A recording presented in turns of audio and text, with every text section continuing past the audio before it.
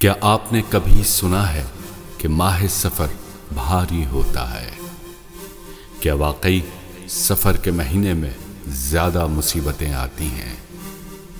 کیا اس مہینے میں سفر کرنا، شادی کرنا یا کوئی نیا کام شروع کرنا نقصان دہ ہے؟ آج کی اس ویڈیو میں ہم جانیں گے کہ ماہ سفر کے بارے میں قرآن و حدیث کیا حکم دیتے ہیں، اور یہ بھی دیکھیں گے کہ یہ تصور ہمارے معاشرے میں کہاں سے آیا کہ سفر کا مہینہ منحوس یا بھاری ہے۔ الف لام میم محمد عین علی۔ اعوذ باللہ من الشیطان الرجیم، بسم اللہ الرحمن الرحیم۔ سب سے پہلے ہمیں یہ سمجھنا ہوگا کہ سفر کوئی عام یا منحوس مہینہ نہیں، بلکہ یہ اسلامی کیلنڈر کا دوسرا مہینہ ہے۔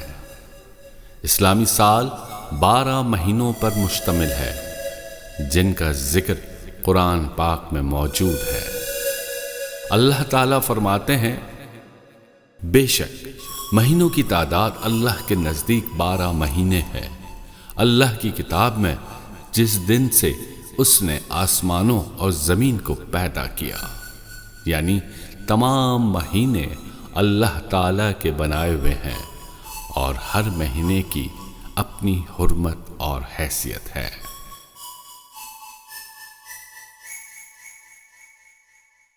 اسلام سے پہلے عرب معاشرے میں کچھ غلط عقائد پائے جاتے تھے۔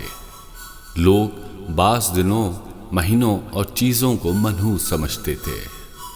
ان کا خیال تھا کہ اگر سفر کا مہینہ آ گیا تو مصیبتیں، بیماریاں یا نقصان زیادہ آتے ہیں۔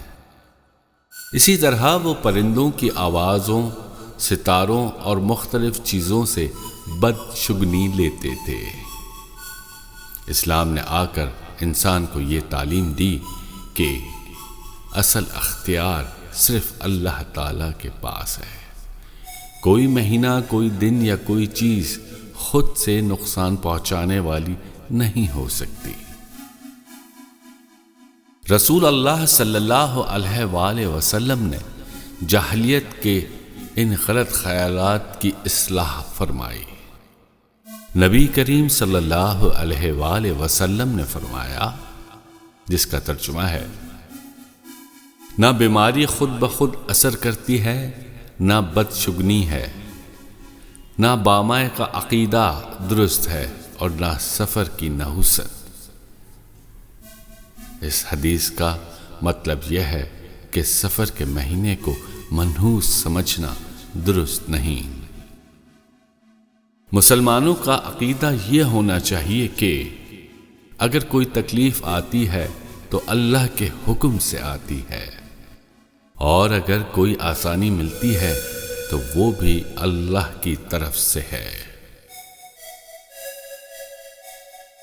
ہمارے معاشرے میں بعض لوگ کہتے ہیں کہ سفر میں شادی نہیں کرنی چاہیے، یا نیا کاروبار شروع نہیں کرنا چاہیے، یا سفر نہیں کرنا چاہیے۔